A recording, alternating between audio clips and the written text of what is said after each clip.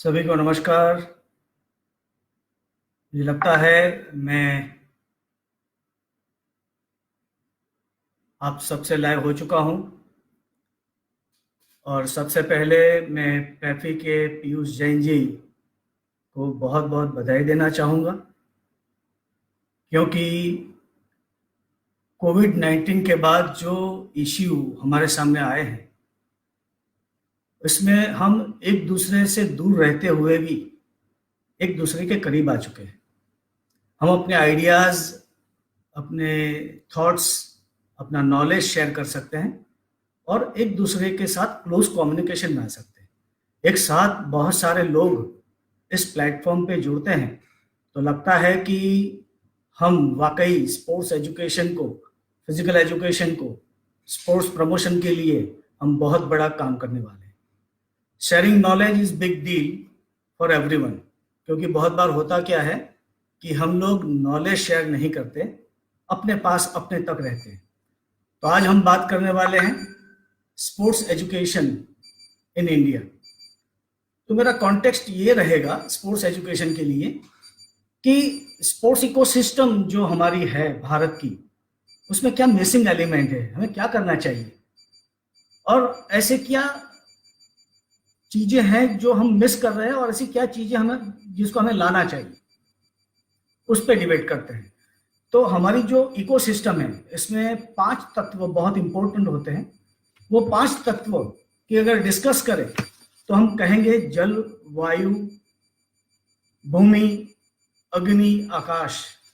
अगर उसको स्पोर्ट्स के साथ कनेक्ट करते हैं हम, तो what is Bhumi?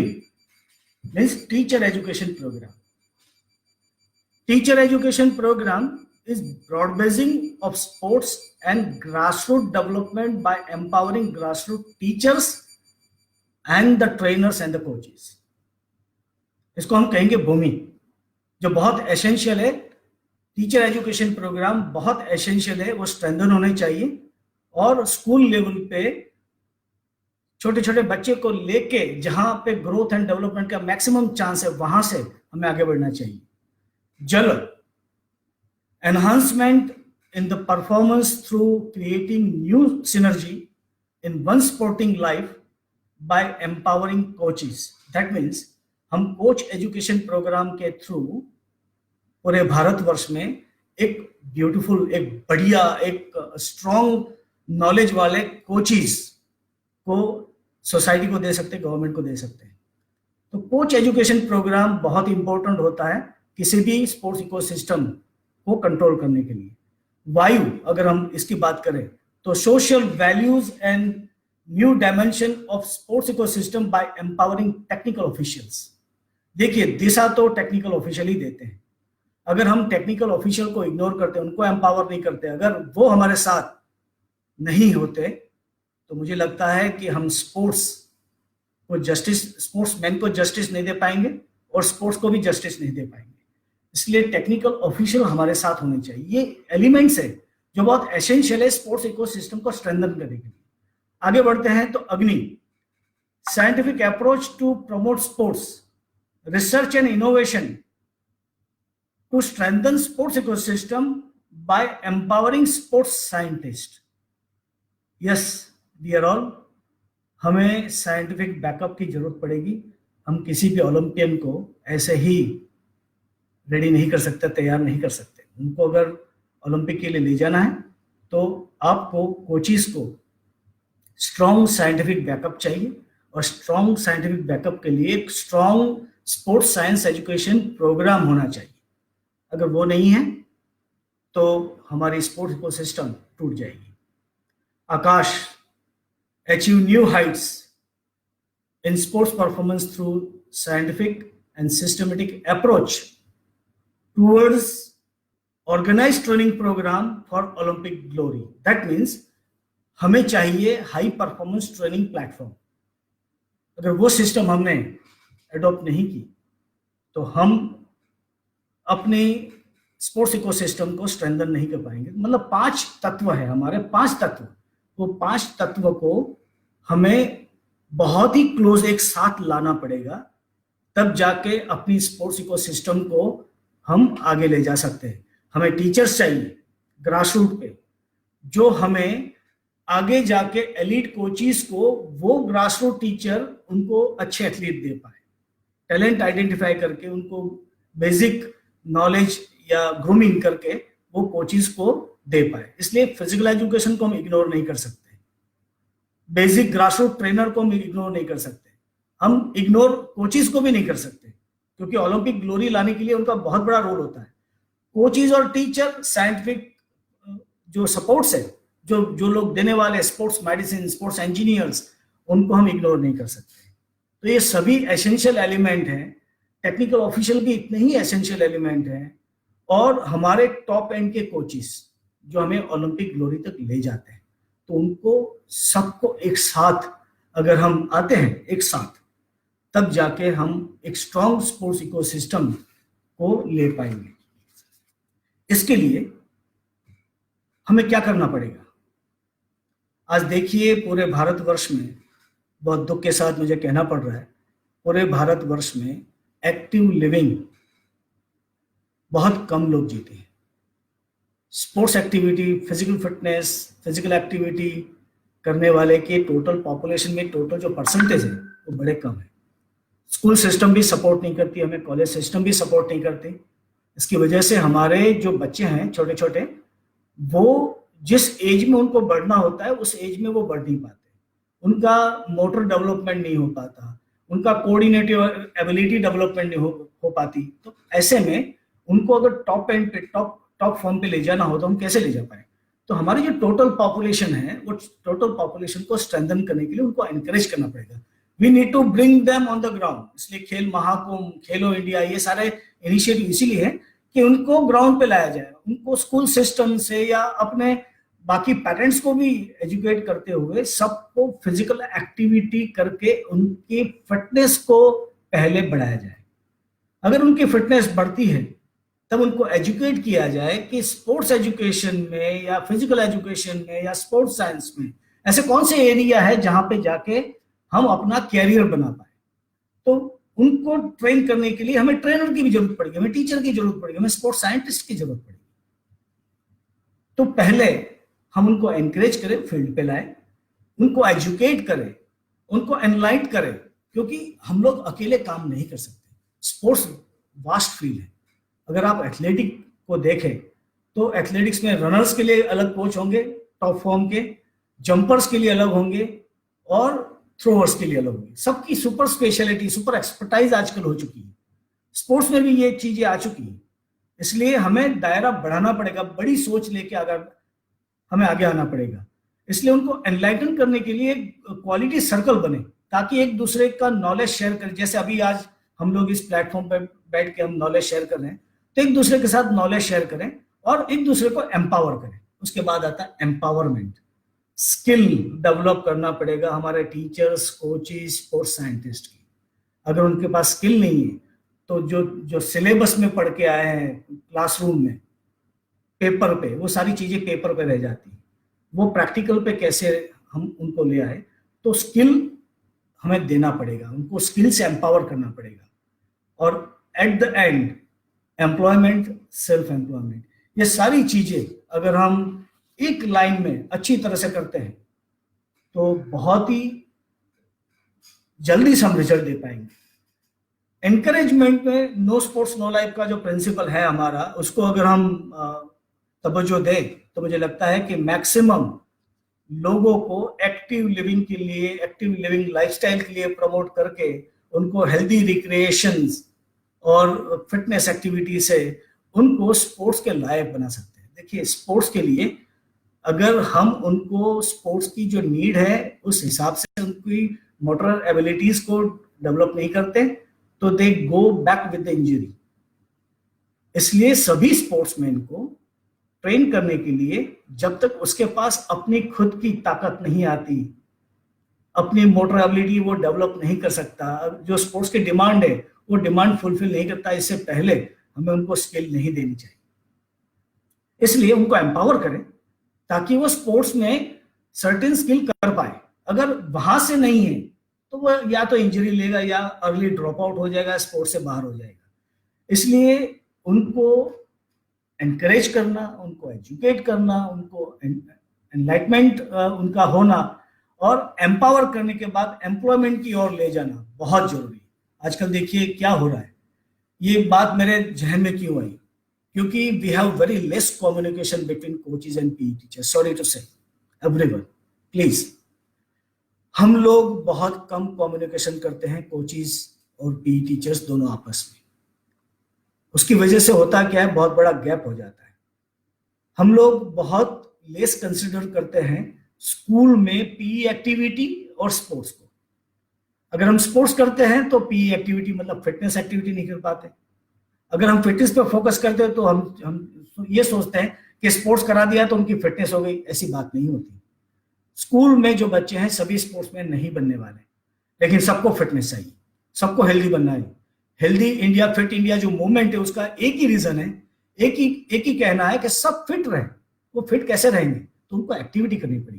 There are plenty of activity in the field. हम किसी न किसी माध्यम से, सब बहुत सारी विधियां हैं, उसके माध्यम से उनको हम फिट रख सकते हैं। और जो फिट लोग हैं उनको हम ला सकते हैं स्पोर्ट्स में।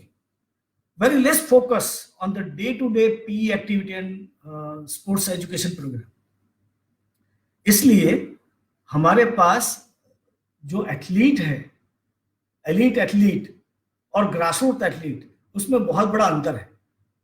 हम एलीट एथलीट 2-3 को ही पकड़ के ले जा सकते हैं, बाद में पीछे जो ग्रासरूट से हमें दूसरा फीडबैक मिलना चाहिए वो चीजें हमारे पास नहीं आ पाती।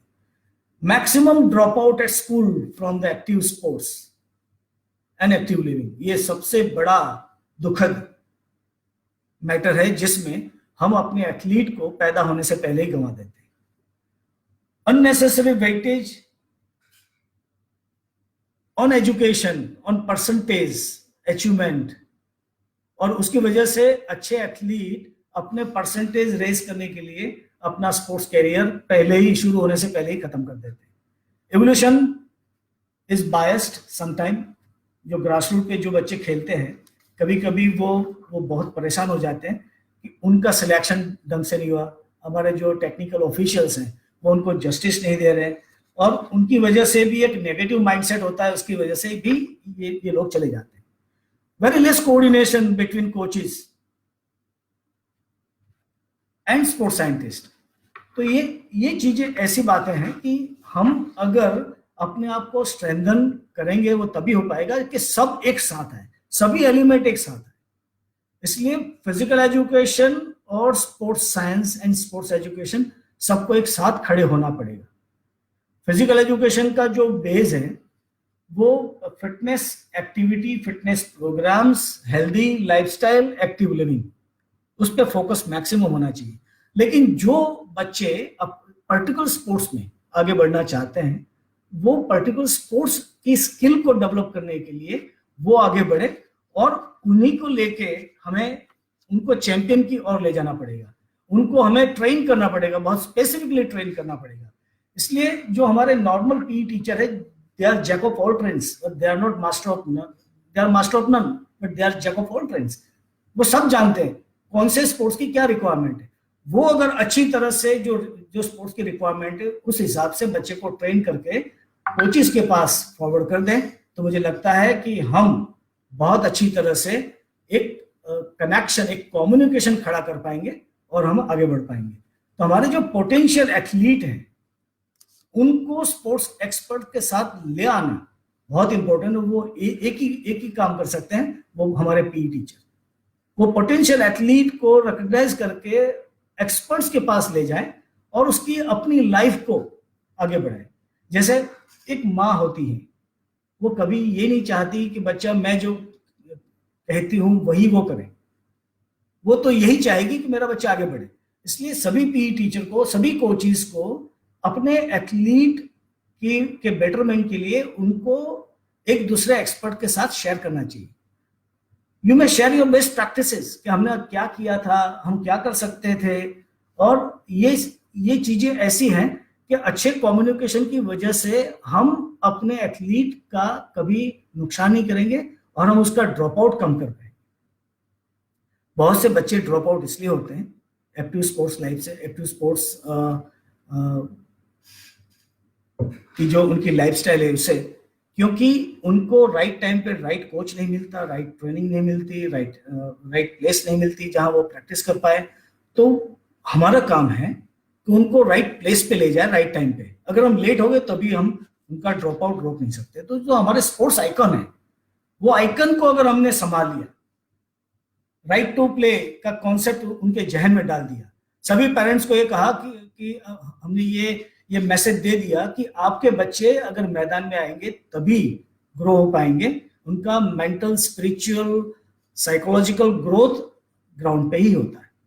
और वो सारी चीजें इंडिविजुअल पोटेंशियल और ग्रुप, जो हमारे छोटे छोटे ग्रुप हैं, उनको एक साथ लाना। जैसे एक टीम में एक बच्चा आउटस्टैंडिंग है लेकिन दूसरे बच्चे अच्छे नहीं है, तो वो बच्चा वहीं खत्म हो जाएगा। इसलिए हमें ऐसी जगह उनको ले जाना चाहिए कि जहां पे उनके लेवल के दूसरे बच्चे मिले और एक टीम स्पोर्ट्स में वो पार्ट ले पाए और अपने पास जो पोटेंशियल है वो आगे ले पाए।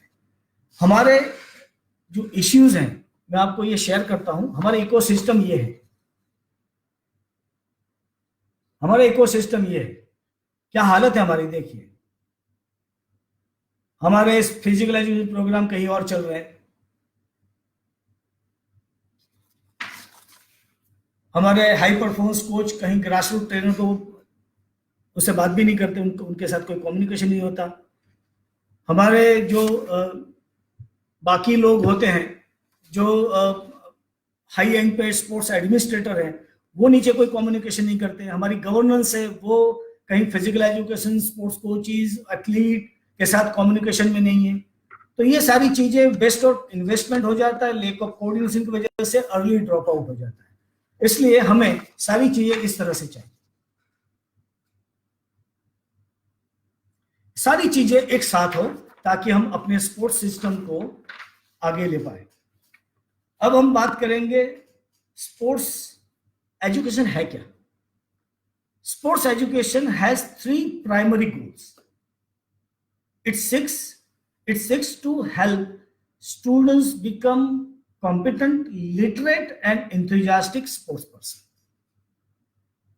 और उसके लिए उनको क्या क्या करना पड़ेगा और क्या ऑब्जेक्टिव है इसके। Develop skill and fitness specific to particular sports. हमें इनकी फिटनेस पर्टिकुलर स्पोर्ट्स की डिमांड है, इस तरह से बने। जैसे बैडमिंटन प्लेयर है तो उसको बैडमिंटन प्लेयर ही बनाना पड़ेगा। हम सभी स्पोर्ट्स का एक्सपोजर एक साथ दे देंगे तो हमें चैंपियन नहीं मिलेंगे।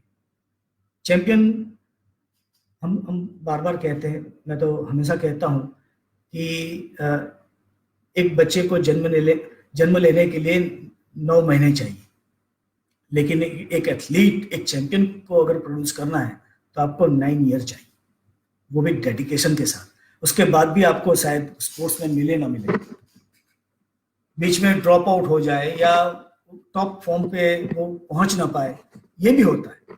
इसलिए हमारी कोशिश ये होनी चाहिए कि हम कुछ ऐसी इकोसिस्टम तैयार करें जिसमें फिजिकल एजुकेशन और स्पोर्ट्स एजुकेशन दोनों साथ साथ चले, क्योंकि हमें चैंपियन भी चाहिए और हमें हेल्दी सोसाइटी भी चाहिए।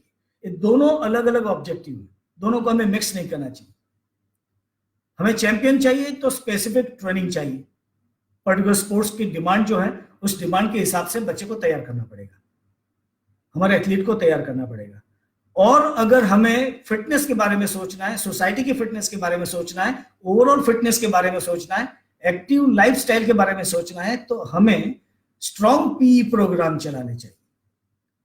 मैं पीई टीचर बन के मैं टॉप एंड का कोच बनूं तो मेरी लाइफ खत्म हो जाएगी, चैंपियन नहीं बना पाऊंगा। इसलिए बेहतर है कि हम एक बेंचमार्किंग करें, इसके बाद दूसरे super speciality, highly super speciality जैसे मेडिकल साइंस में होता है, एमबीबीएस सभी जो डिसीज है उसकी ट्रीटमेंट नहीं करते, वो स्पेशल के पास, जो स्पेशलाइज उसके पास भेजते हैं, वो सुपर स्पेशल को के पास भेजते, जो हाईली सुपर स्पेशल है उनके पास बाद में उसको, मतलब जो पेशेंट है उनको भेजा जाता है। इसलिए हमारे एथलीट की लाइफ बहुत इंपॉर्टेंट है, क्योंकि बहुत मिनिमम टाइम उसके पास है। उसको ट्रेन करने के लिए हमें स्पेशली डिजाइन किए हुए कोर्सेज लाने पड़ेंगे, क्योंकि स्पोर्ट्स इकोसिस्टम में अगर हमें चैंपियन अगर चाहिए तो हमें ऐसे एरियाज ओपन करने पड़ेंगे जिसमें हमें वो एक्सपर्ट्स मिले। अब देखिए बहुत सारी स्पोर्ट्स यूनिवर्सिटी पूरे भारतवर्ष में एक बात खुल रही है। पंजाब में खुल चुकी है, हरियाणा में भी स्पोर्ट्स यूनिवर्सिटी है, एलएनआईपी ग्वालियर बहुत सालों से वो डीम यूनिवर्सिटी है, गुजरात में स्वर्णिम गुजरात स्पोर्ट्स यूनिवर्सिटी है जिसका मैं फाउंडर वाइस चांसलर रहा हूँ, 7 साल तक मैंने उसमें काम किया है। Tamil Nadu physical education sports university, बहुत सारी इंस्टीट्यूट है, स्पोर्ट्स साइंस इंस्टीट्यूट जो आज काम कर रही है। हमें सिर्फ स्पोर्ट्स कोचेज, सिर्फ फिजिकल एजुकेशनिस्ट नहीं चाहिए, हमें और भी लोग चाहिए। अगर ओलंपिक तक पहुंचना है और स्पोर्ट्स के बिजनेस को समझना है तो स्पोर्ट्स इकोसिस्टम कैसे चलती है उसको समझना पड़ेगा। तो इस बात पे अगर हम बात करें तो बहुत सारे इंस्टीट्यूट ने नए नए कोर्सेज डिजाइन किए हैं, और वो जो नए नए कोर्सेज हैं वो कोर्सेज में इतनी डाइवर्सिटी है, जैसे एडवेंचर स्पोर्ट्स। शायद मैं भी ताजुब कर रहा था जब इसमें मैं डेप्थ में गया, इतने सारे एडवेंचर स्पोर्ट्स है, land adventure, aero sports, water sports, और उसमें बहुत सारे प्रकार, और उसमें भी हमें चाहिए एक्सपर्ट्स। लेकिन एक्सपर्ट्स हमारे पास नहीं है क्योंकि हमारे पास वो सिस्टम ही नहीं है कि हम उनको वो ट्रेनिंग दे पाए और उनको उस फील्ड में ले जा पाए। तो जितनी भी स्पोर्ट्स यूनिवर्सिटी आजकल नई खुल रही है उनको इस एरिया में फोकस करना पड़ेगा। Biomechanics of human movement performance, human movement को एनालाइज करने के लिए HUDL एक कंपनी है। वो कंपनी आपके परफॉर्मेंस को एनालाइज करके दे आर अर्निंग $1 million। एक इतना बढ़िया बिजनेस है, उनको मूवमेंट एनालिस्ट चाहिए, उनके रेडीमेड सॉफ्टवेयर है। जो फुटबॉल का अगर कोई मैच चल रहा है उसको एनालाइज करना है तो उस एनालिसिस के लिए फुटबॉल को जानने वाला एथलीट और कंप्यूटर लिटरेट वो अगर बैठेगा तो उसको ज्यादा जस्टिस दे पाएगा। और उन कंपनी की भी डिमांड है, लेकिन हमारे पास ऐसे कोई सुपर स्पेशल कोई कोर्सेज नहीं है जिसमें हम एथलीट को ट्रेन करके उसके बाद हम उनको प्रोफेशनल वर्ल्ड में भेज पाए। अब देखिए होता क्या है, आई एम सॉरी टू से, लेकिन हमारे जितने भी एथलीट हैं वो एक ही माइंडसेट से चलते हैं कि उसके बाद हमें नौकरी मिल जाएगी, हमें गवर्नमेंट जॉब चाहिए। लेकिन इतना बड़ा कॉर्पोरेट वर्ल्ड खाली है जिसमें नॉन स्पोर्ट्समैन हम सबको रूल कर रहे हैं, तो हमारे स्पोर्ट्समैन क्यों नहीं? हमारे sportsman after completion of sports वो आगे बढ़े और वो अलग अलग एरिया जो भी मैं डिस्कस करने जा रहा हूं उस एरिया में आगे बढ़े, क्योंकि ऐसे बहुत सारी अपॉर्चुनिटी है, जैसे exercise therapy and physical conditioning. आजकल कंडीशनिंग कोच की इतनी सारी डिमांड है, जितने भी ओलंपिक ग्लोरी के लिए टीम बनती है उस टीम को स्पेशलाइज कंडीशनिंग कोच की जरूरत होती है, और हमारे पास ऐसे कोई करिकुलम नहीं। ऐसे करिकुलम हमें डिजाइन करने चाहिए। हमारी जितनी भी स्पोर्ट्स यूनिवर्सिटी है उस स्पोर्ट्स यूनिवर्सिटी में ये डिजाइन होंगे, और उसकी डिमांड भी है, प्राइवेट सेक्टर में भी है और गवर्नमेंट सेक्टर में आगे आने वाली है। ऐसे ही अगर हम बात करें तो बहुत सारे स्पोर्ट्स मैच्योर हैं जो डेवलप कंट्री अपने एथलीट को ग्राउंड में भेजने से पहले उनके स्पोर्ट्स मैच्योर, उनको स्पेसिफिक टेक्निक से उनकी मसाज करके उसके बाद वो भेजते हैं। तो स्पोर्ट्स मैच्योर का भी बहुत बड़ा एरिया है जहां पे हमें लोग नहीं मिलते। ऐसे ही स्पोर्ट्स न्यूट्रिशन का एरिया है जहां पे एथलीट को सुपर स्पेशल उनका अपना ही फूड पैकेट दिया जाता है। मैं ऑस्ट्रेलिया गया था जहां पे AIU में जो Australian institute of sports science है AIS, इसमें सभी एथलीट के पिजन बॉक्स थे। उस पिजन बॉक्स में उनके फूड पैकेट रखे हुए थे और वो स्पोर्ट्स न्यूट्रिशन ने डिजाइन करके उनके लिए प्लान करके रखे हुए थे, और सारी चीजें मॉनिटर होती थी। वो फूड उनका अपने आप लेना है, फूड खाना है, पूरा करना है, उसके बाद जो डायरेक्शन दी जाती है न्यूट्रिशनिस्ट के द्वारा, उसके बाद उनको अपनी ट्रेनिंग में जाना है। तो उनका फूड, उनका स्लीप, उनकी डे टू डे एक्टिविटी, उनकी ट्रेनिंग, उनकी फिटनेस, उनकी स्किल सभी मॉनिटर होती है, तब जाके चैंपियन बनता है। इसलिए स्पोर्ट्स न्यूट्रिशनिस्ट का बहुत बड़ा रोल है, और उसमें हमें लोग नहीं मिल पाते, क्योंकि हमारे स्पोर्ट्समैन उस तरफ देखते ही नहीं। देखिए, स्पोर्ट्स के बाद क्या, 25 साल, 30 साल, 32 साल तक हम खेलते रहेंगे। बाद में हमें वापस स्पोर्ट्स इकोसिस्टम को स्ट्रेंथन करने के लिए वापस आना है, जिसमें हम नहीं आ पाते। बहुत कम हमारे चैंपियंस वापस ग्रास रूट ट्रेनिंग में या कोचिंग में दिखते हैं। इसलिए ऐसे एरियाज हैं जैसे स्पोर्ट्स एंड एक्सरसाइज साइंस।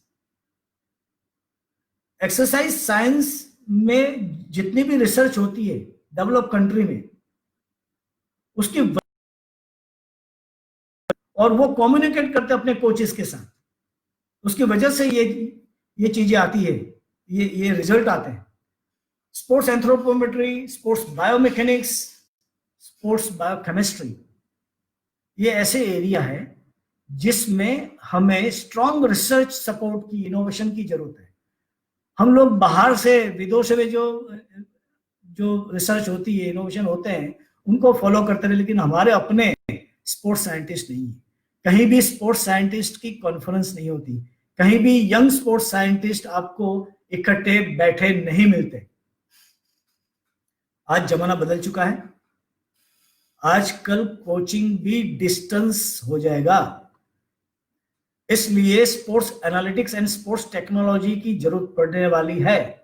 और हमें एक बच्चे का, सपोज हमने कोई स्किल रिकॉर्ड किया, उसको हमने एक्सपर्ट को भेज दिया, वो एक्सपर्ट उसको एनालाइज करके आपको वापस भेजेगा कि इतनी इतनी कमजोरी है, इतनी इतनी चीजें में गलतियां हो रही है, इस चीज को करेक्ट किया जाए, स्ट्रेंथ कम पड़ रही है, इंड्योरेंस कम हो रहा है, या कोऑर्डिनेटिव एस्पेक्ट्स में कुछ इश्यू है, टेक्निक गलत जा रही है। ये सारी चीजें वो एक्सपर्ट्स इनको बताते हैं और ये आपस में शेयर करते हैं, और वो दूर बैठे भी प्लानिंग करके उनको तैयार कर सकते हैं। आजकल विजुअल कोचिंग प्रो एक सॉफ्टवेयर है, आप लिख लीजिए सभी, विजुअल कोचिंग प्रो, गूगल पे जाइए, आपको यूट्यूब पे भी उसका एक छोटा सा वीडियो मिल जाएगा। You can design a plan for your athlete on your laptop, यानी you can send it and monitor it, evaluate on your laptop back।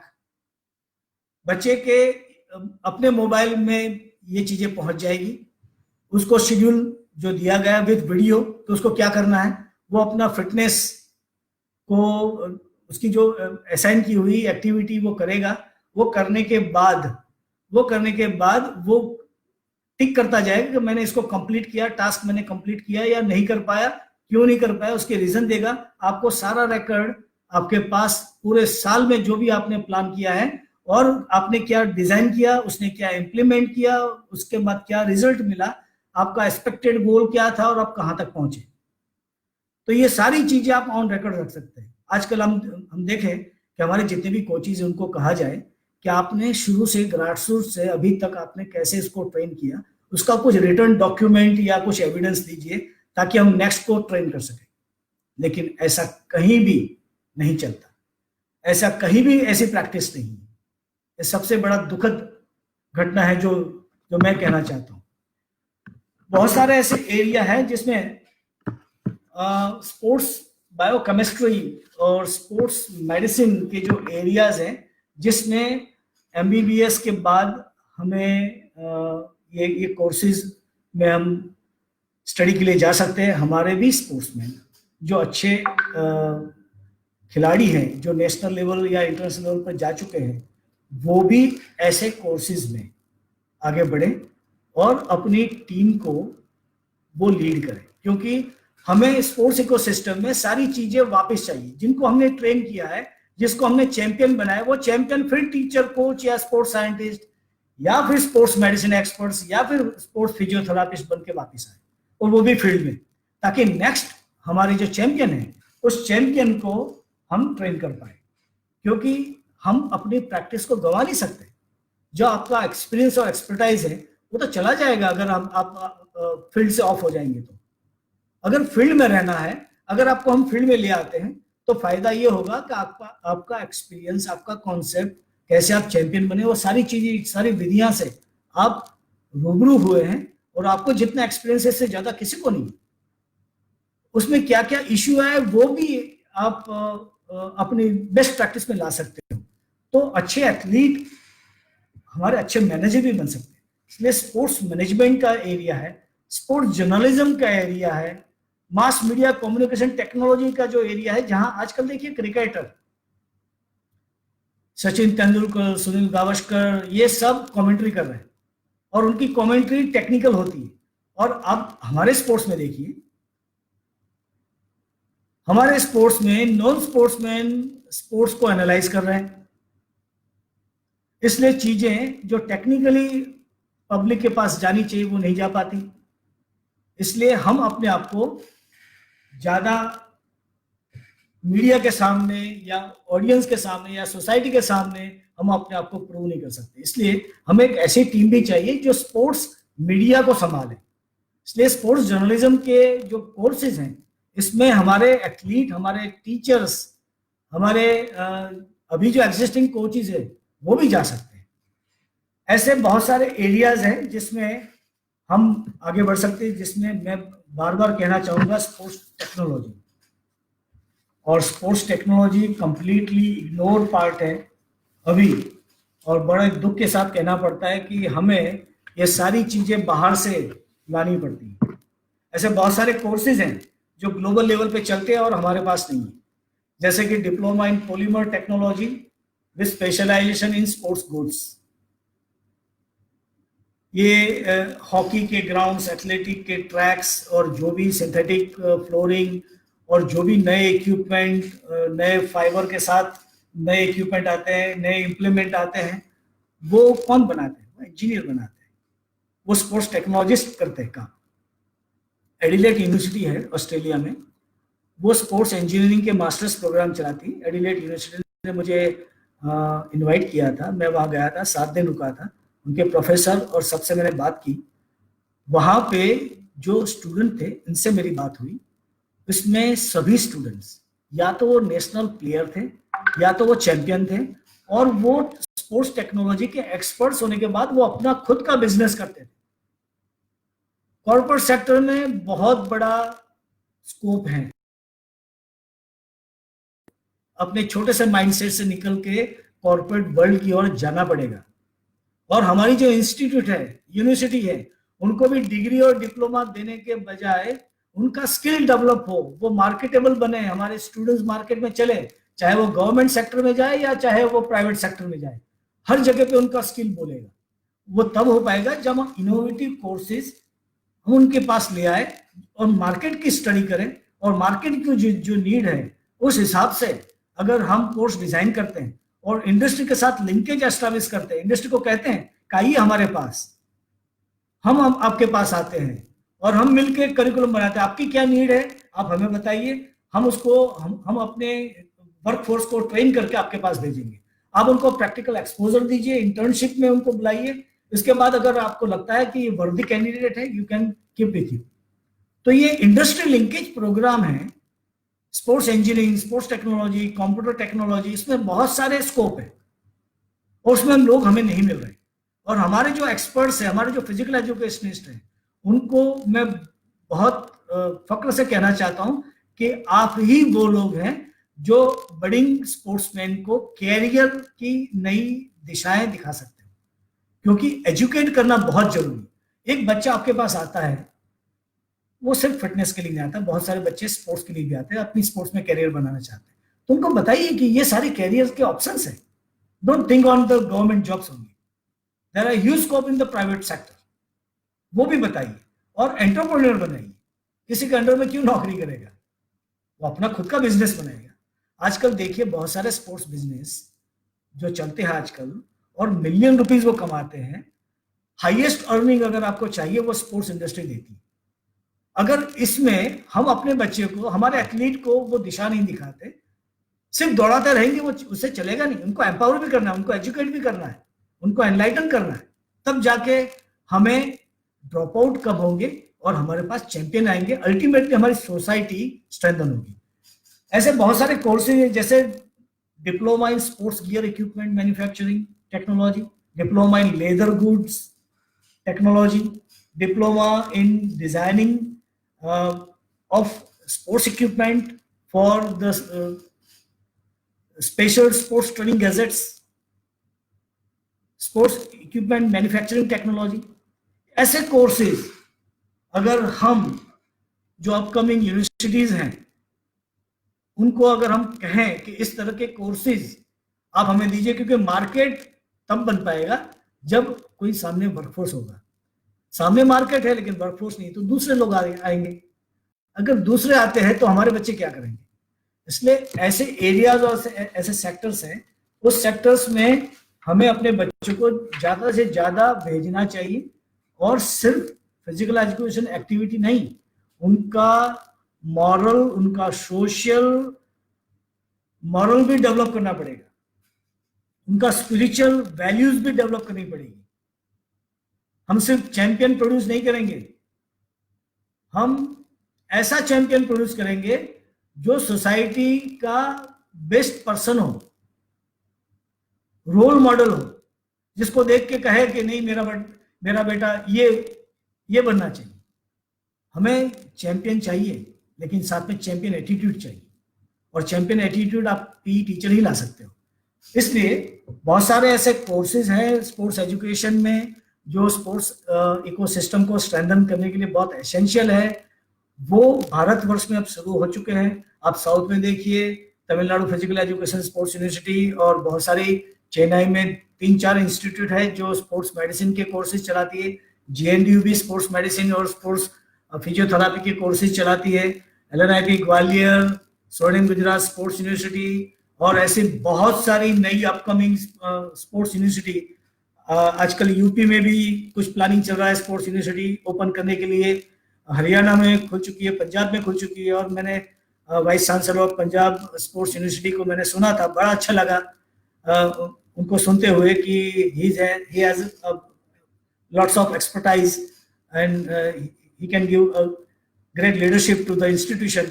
तो ये सारे कोर्सेज अगर हम नई अपकमिंग यूनिवर्सिटी में with connecting with the industry अगर ला पाएंगे, तब जाके एम्प्लॉयमेंट भी मिलेगा। इसलिए सभी यूनिवर्सिटी को हम ये कहना चाहेंगे कि हम इंडस्ट्रीज के साथ स्ट्रॉन्ग लिंकेज बनाए, गवर्नमेंट की, मार्केट की और इंडस्ट्री की नीड देखें, उनके एक्सपर्ट्स को बुलाए और ऐसे करिकुलम डिजाइन करें कि उसमें से जो पास आउट होके निकलने वाले बच्चे वो डायरेक्ट मार्केट में या इंडस्ट्री में ऑब्जर्व हो जाए।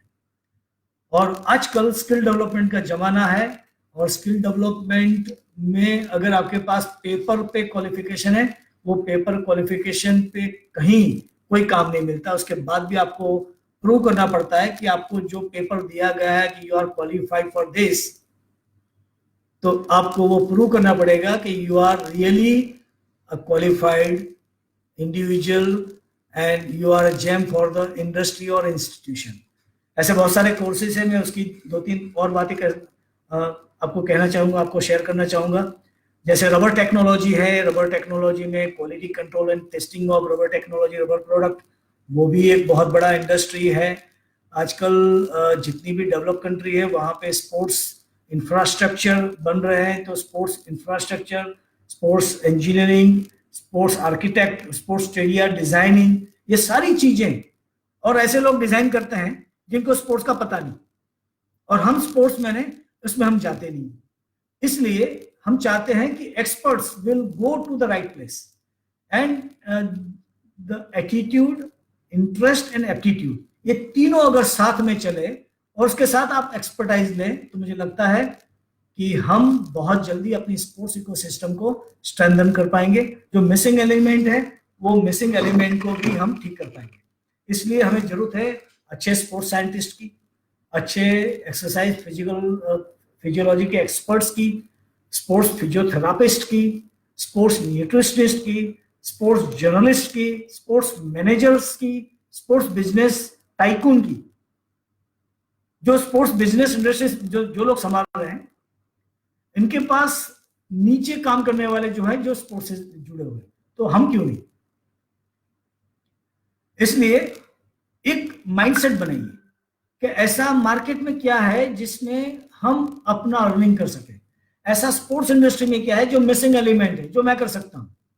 तो इस तरह से नए नए कोर्सेज अगर हम डिजाइन करते हैं और हम अगर इसको यूनिवर्सिटी के थ्रू या इंस्टीट्यूशन के थ्रू अगर हम अपने अपकमिंग चैंपियंस को दे पाते हैं तो we can reduce drop outs.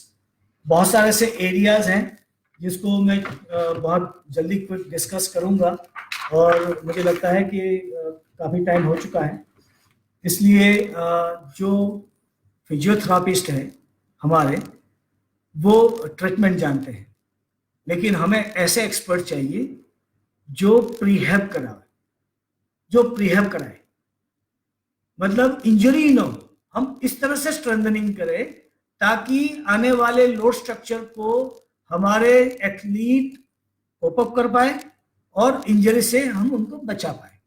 हमें पता है कि डबल सॉल्टो करेंगे या टेक ऑफ करेंगे या लैंडिंग करेंगे तो इतना लोड आएगा, तो हम उसको उसके मसल्स को उसके जो जॉइंट्स है उनको इस तरह से प्रिपेयर करेंगे कि वो लोड पहले बेयर करना सीख लें, उसके बाद उनको कहेंगे अब वो एलिवेट करो। तो प्रीहैब थेरापी, प्रीहैब कंडीशनिंग वो बहुत इंपॉर्टेंट है। जो मिसिंग एलिमेंट है, हम इंजर्ड होने के बाद फिजियोथेरापी के पास जाते हैं, हमें ऐसे फिजियोथेरापिस्ट चाहिए जो इंजरी से हमें दूर रखे। प्रिवेंटिव मेजर्स ऑफ इंजरी वो बहुत एसेंशियल है, क्योंकि हम एथलीट को खो नहीं सकते। इतनी सालों की मेहनत के बाद अगर एक एथलीट इंजर्ड हो गया तो आपकी सालों की मेहनत बेकार हो जाएगी। तो हमें वो एक्सपर्ट्स हमारे पास चाहिए, हमारे सिस्टम में चाहिए। वो सिस्टम तभी बन सकती है जब हमारी एजुकेशन इंडस्ट्री, एजुकेशन इंस्टीट्यूशन, हमारी स्पोर्ट्स इंडस्ट्री, ये सभी एक साथ जुड़ पाए। इसलिए आपसे गुजारिश है कि आप स्पोर्ट्स एजुकेशन के नए जो आयाम हैं, नए जो एरियाज हैं, उस एरिया को ज़्यादा से ज़्यादा एक्सप्लोर करें और ज़्यादा से ज़्यादा लोगों तक पहुंचाएं। एक स्पोर्ट्स इंफॉर्मेशन सिस्टम और डिसेबिलिटी स्पोर्ट्स, ये दोनों एरिया अनटच अनटैप्ड है। हमारे डिसेबल एथलीट को एक्सपर्ट्स चाहिए, क्योंकि हर एक डिसेबल यूनिक है, हर एक दिव्यांग यूनिक है, और उसको उसकी फिजियोलॉजिकल पैरामीटर्स, एनाटॉमिकल पैरामीटर्स को देखते हुए उनके लिए स्पेशल टेक्निक डिजाइन करनी पड़ेगी। इसलिए स्पेशल मशीनरी चाहिए, स्पेशल इक्विपमेंट चाहिए, स्पेशल नॉलेज चाहिए। तो इस बात को मध्य नजर रखते हुए हमारी जितने भी अपकमिंग यूनिवर्सिटी हैं उसमें ये सारे कोर्सेज अगर लॉन्च होते हैं तो हमें इस एरिया में भी एक्सपर्ट्स मिल पाएंगे। स्पोर्ट्स इंफॉर्मेशन सिस्टम की अगर मैं बात करूं तो हमारे जितने भी सॉफ्टवेयर हैं, हमारी कंप्यूटर टेक्नोलॉजी है, वो कंप्यूटर टेक्नोलॉजी को यूज करते हुए हम अपने कॉम्पिटेंस को बहुत 3 गुना बढ़ा सकते हैं। मैंने अभी भी बात की विजुअल कोचिंग प्रो, HUDL और सब बहुत सारे सॉफ्टवेयर मार्केट में अवेलेबल है।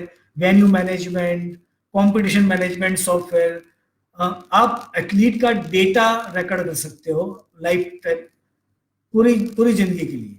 बच्चा कब ज्वाइन हुआ, कब पहले उसने एनरोल किया, किसके अंडर में उसने ट्रेनिंग ली, क्या क्या ट्रेनिंग ली, क्या ट्रेनिंग प्रोटोकॉल्स थे, वो ट्रेनिंग प्रोटोकॉल के बाद वो क्या उसने अचीव किया, उसकी परफॉर्मेंस जर्नी कैसे चलती गई और कब वो चैंपियन हुआ।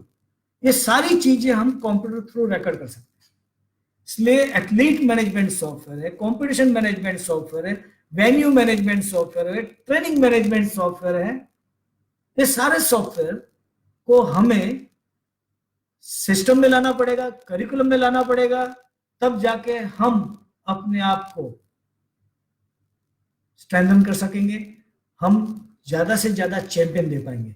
वरना आप जानते हो अभी 10 हम 2 3 5 चैंपियन को देखते हैं, बाद में 3-4 साल बाद 1-2 चैंपियन और आ जाते हैं, लेकिन सीरीज लाइंस ऑफ हमें एक वो पूरा सिस्टम, एक चैंपियन गया तो दूसरा उसको अपने ही कंट्री में चैलेंज करने वाला दूसरा चैंपियन मिलना चाहिए। तो चैंपियन का नीचे जो हमारे पास टोटल परसेंटेज है, एक्टिव स्पोर्ट्स पार्टिसिपेशन की जो परसेंटेज है वो बहुत कम है अनफॉर्चुनेटली, और उसकी वजह से हम लोग इसको टेकअप नहीं कर पाते। इसलिए चैंपियन आएंगे जाएंगे, बाद में गैप हो जाएगी, इसके बाद नया चैंपियन आने तक इंतजार करना पड़ेगा। इसलिए हमें ज्यादा से ज्यादा जितनी भी हमारी यूनिवर्सिटीज हैं, जितने भी ऐसे इंस्टीट्यूट हैं, वो उस इंस्टीट्यूट में इस तरह के स्पोर्ट्स एजुकेशन के कोर्सेज चलाने पड़ेंगे, ताकि हम अपने स्पोर्ट्स एजुकेशन को और हमारी स्पोर्ट्स इकोसिस्टम को स्ट्रेंथन कर पाएंगे। क्योंकि ये लोग अगर नहीं होंगे तो हमें चैंपियन नहीं मिलेंगे। चैंपियन बनाना एक का काम नहीं है। We need group of experts and expertise of all the buddies in a one place. सभी मिलके काम करेंगे तभी हमारा हिंदुस्तान आगे बढ़ पाएगा। अभी अगर आपके किसी के कोई क्वेश्चन हो तो मैं आपको रिप्लाई देना चाहूंगा। I am waiting for question now. Thank you very much.